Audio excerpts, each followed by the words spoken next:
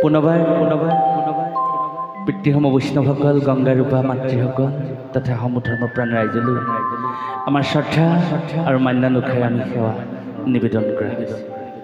শেষৰীবৃন্দ, আপোনাসকলে জানে স্বৰ্গদেউ চুকাফাৰ বৰ অসমত মহাপুৰুষ শ্ৰীমন্ত শংকৰদেৱ গুৰুজনাই আধ্যাত্মিক বন্তি প্ৰজ্বলন কৰি জীৱাত্মা আৰু পৰমাত্মা মহামিলনৰ পথ প্ৰশস্ত কৰি থৈ গ'ল।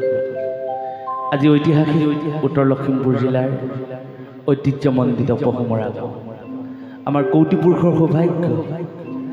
এনেহেন এখন ঐতিহাসিক গাঁৱলৈ আমি সুদূৰ দক্ষিণ পাৰৰ পৰা অহা হৈছে এটি মাংগলিক অনুষ্ঠানত আপোনাসকলক সেৱা ধৰিব। আমাৰ অজানকৃত জ্ঞানকৃত সমস্ত ক্ৰুটি আপোনাসকলে মাৰ্জনা যদি কৰে তেহে অগতিৰ গতি। আপোনাসকলক সাক্ষী কৰি দ্বিতীয় জনাগুৰুৰ নামঘোষাৰ অমৃতময় দুলৰি পদলেৰে আমি প্ৰথম জনাগুৰুক কিঞ্চিত বন্দনা কৰাৰ প্ৰয়াস কৰিম। কৃষ্ণ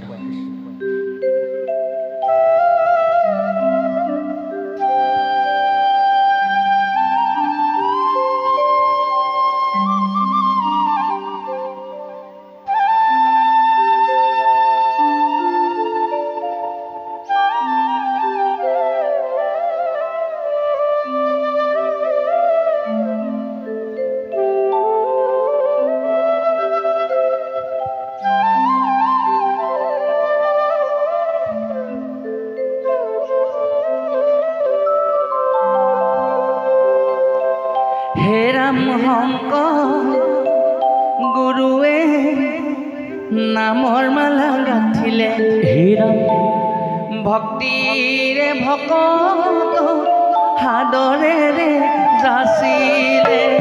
শংকৰ গুৰুৱে নামৰ মালা সকলে চাবই বজাব। ভক্তিৰে ভকত সাদৰেৰে যাচিলে।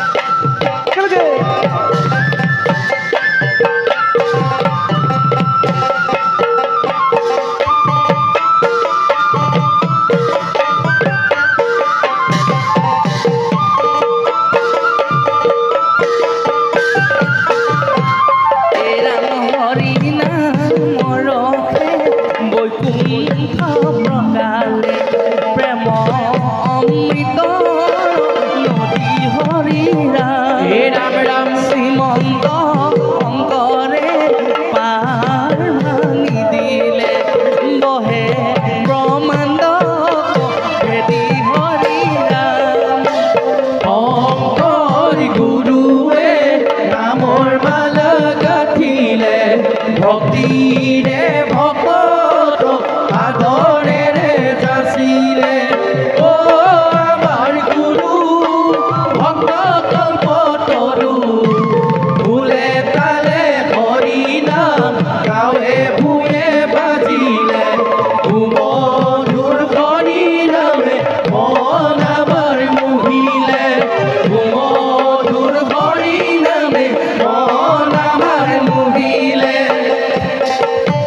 ধৰিবাহে বান্ধি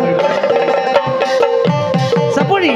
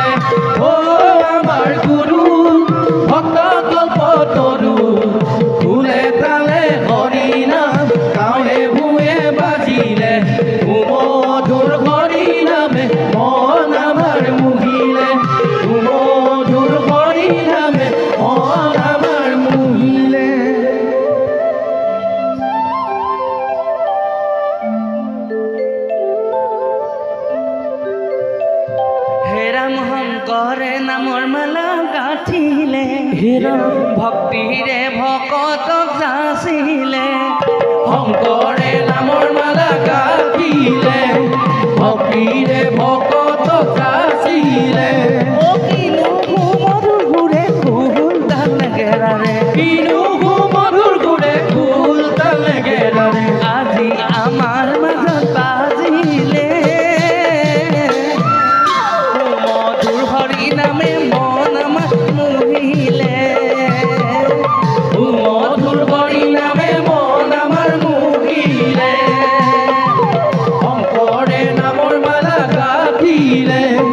ভক্তিৰে ভকতক যাচিলে কিনো মধুৰ ঘূৰে খুল তাল নেগেৰাৰ কিনো মধুৰ ঘূৰে খুল তাল নেগেৰাৰ আজি আমাৰ মাজত বাজিলে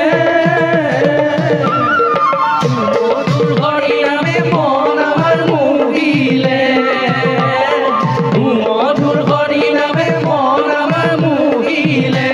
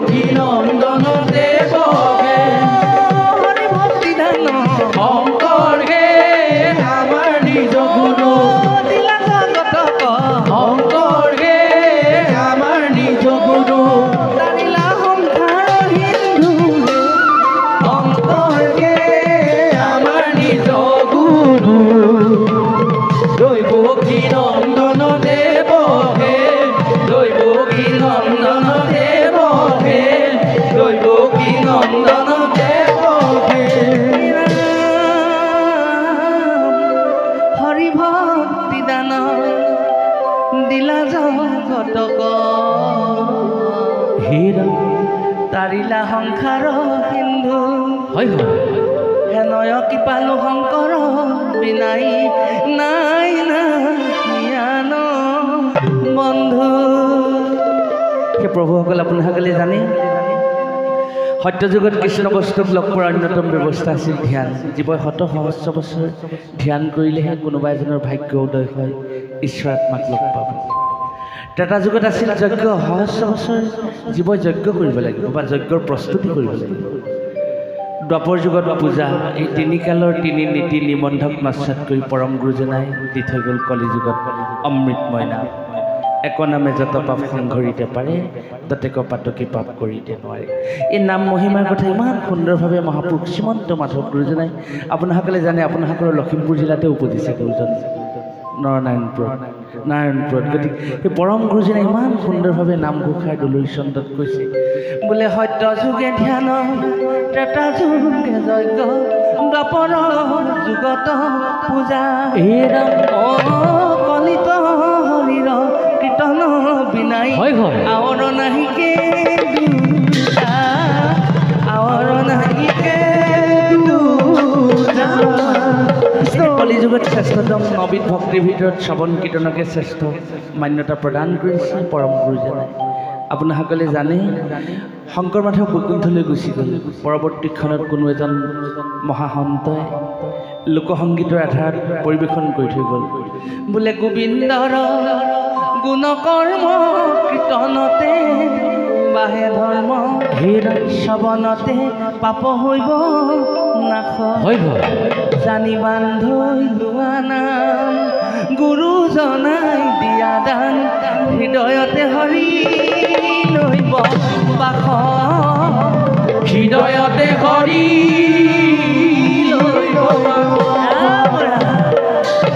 কোৱা হৈছে গোবিন্দৰ গুণকৰ্ম কীৰ্তনতে বাহে ধৰ্ম। যদি ভগৱন্তৰ গুণনাম কীৰ্তন কৰে কলি যুগত, আপোনাসকলে জানে শ্ৰৱণ কীৰ্তন কৰি বৈকুণ্ঠক যায়, ধৰ্ম অৰ্থ কাম মোক্ষ হবে আতপায়। শ্ৰৱণ কীৰ্তনকে শ্ৰেষ্ঠ বুলি মান্যতা প্ৰদান কৰা হৈছে। শ্ৰৱণ কীৰ্তন কৰিলে কলি যুগত কি ফলাফল হয়? কোৱা হৈছে গোবিন্দৰ গুণকৰ্ম কীৰ্তনতে বাহে ধৰ্ম। কৃষ্ণ নাম অৰ্থাৎ গোবিন্দৰ নাম যদি কলি যুগত কীৰ্তন কৰে তেওঁ ধৰ্ম হয় বুলি কোৱা হৈছে। আকৌ কোৱা হৈছে আমি যেনিবা আপোনাসকলৰ নিৰ্দেশ নিৰ্গত কৰি সেৱকীৰ আহ্বানক মান্যতা প্ৰদান কৰি আমি কীৰ্তন কৰিছোঁ, আমাৰ যেনিবা ধৰ্ম হৈছে। আপোনাসকলে বহুমূলীয়া সময় খৰচ কৰি টোপনি ক্ষতি কৰি আপোনাসকলে শ্ৰৱণ কৰিছে, আপোনাসকলৰ কি লাভ হ'ব? মহাসন্তসকলে কৈছে বোলে শ্ৰৱণতে পাপ হইব নাশ। কৃষ্ণ নাম শ্ৰৱণ কৰিলে হৃদয়ত থকা পাপ শক্তিবিলাকৰ পৰিসমাপ্তি ঘটে বুলি কোৱা হৈছে। যেতিয়া হৃদয় আত্মাত যেতিয়া পাপ নাথাকে, ইয়াত আহি কি স্থান ল'বই? ঈশ্বৰৰ পুণ্য, ভগতৰ অমৃত সম্পদ, ইয়াত পুণ্য শক্তিয়ে লাভ স্থান ল'ব। বোলে জানি বান্ধৈ লোৱা নাম, গুৰুজনাই দিয়া দান, হৃদয়তে হৰি লৈব বাস। কৃষ্ণ নাম যদি হৃদয়ত শ্ৰৱণ কীৰ্তন কৰে, হৃদয়ত কৃষ্ণ আহি বা হৰি আহি বাসা কৰিহি বুলি কোৱা হৈছে। যদিহে জীৱৰ হৃদয়ত অমৃতময় ভক্তি থাকে, কৃষ্ণ থাকে, জীৱৰ কি লাভ? এই সংসাৰ চক্ৰত মানুহৰ কেতিয়াও ভয় আৰু সংশয় হ'ব নোৱাৰে। হৰি যাৰ হৃদয়ৰ মাজে, কিহৰ ভয়? আমি এনেই সাংসাৰিক জীৱ মায়ামোহে আবদ্ধ কাৰণে আমি সাংসাৰিক ভোগৰ পাছে পাছে দৌৰোঁ কাৰণে আমি ভয় কৰোঁ, সংশয় কৰোঁ। কৃষ্ণ বস্তু ইয়াত থাকিলে কিহৰ ভয়? কি কৰিব পাৰে বান্ধৰি কলি মহাৰাজে, হৰি যাৰ হৃদয়ৰ মাজে, কি কৰিব পাৰে বান্ধৈ কলি মহাৰাজে। হে ৰাম ৰাম ভকত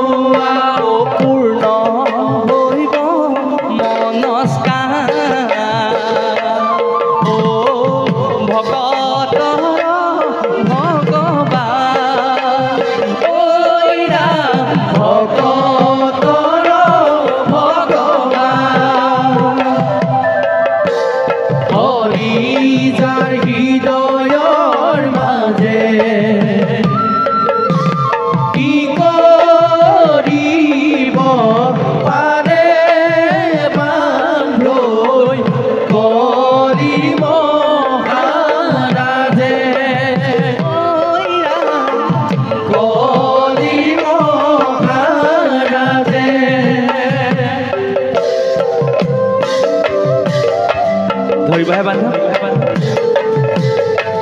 চাপৰি